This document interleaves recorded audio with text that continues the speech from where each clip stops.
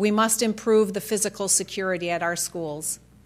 This includes assisting states to train specially qualified school personnel on a voluntary basis. These highly specialized courses prepare school staff to respond to incidents. Programs like this exist in a number of states, including Florida, Texas, and Ohio. Additionally, we will support the transition of military veterans and retired law enforcement, folks who already know how to respond in a dangerous situation, into new careers in education. Lastly, as you gather parents in the administration at the White House, anything to do with parents? Well, the most recent Program for International Student Assessment report has the U.S. ranked 23rd in reading, 25th in science, and 40th in math.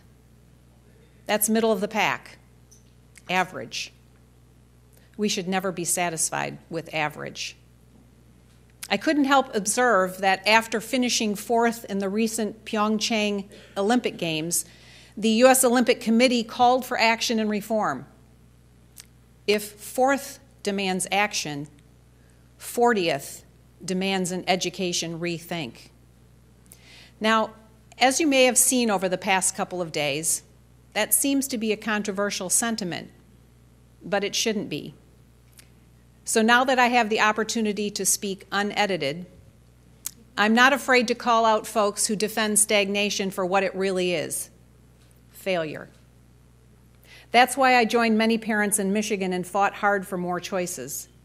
And Michigan families were among the first in the country to exercise their right to enroll their children in charter schools. But even today, choice is highly limited in Michigan. Where options do exist, students often do better. In Detroit, for example, students who attend charter schools perform twice as well as their traditional public school counterparts on state achievement tests. Answered the phone. I quickly called our president, who was in Washington State, and I go, how could that be? Parents and teachers. Of course, there are some who say that choice takes money away from school buildings, from school systems, but money doesn't belong to buildings or systems. Taxpayer money belongs to you, your money for your children. So we should be clear on what school choice really means. Choice in education is not when a student picks a different classroom in this building or that building, or uses this voucher or that tax credit scholarship. Choice in education is bigger than that. Those are just mechanisms. It's really about freedom. Freedom to learn differently, freedom to explore, freedom to fail.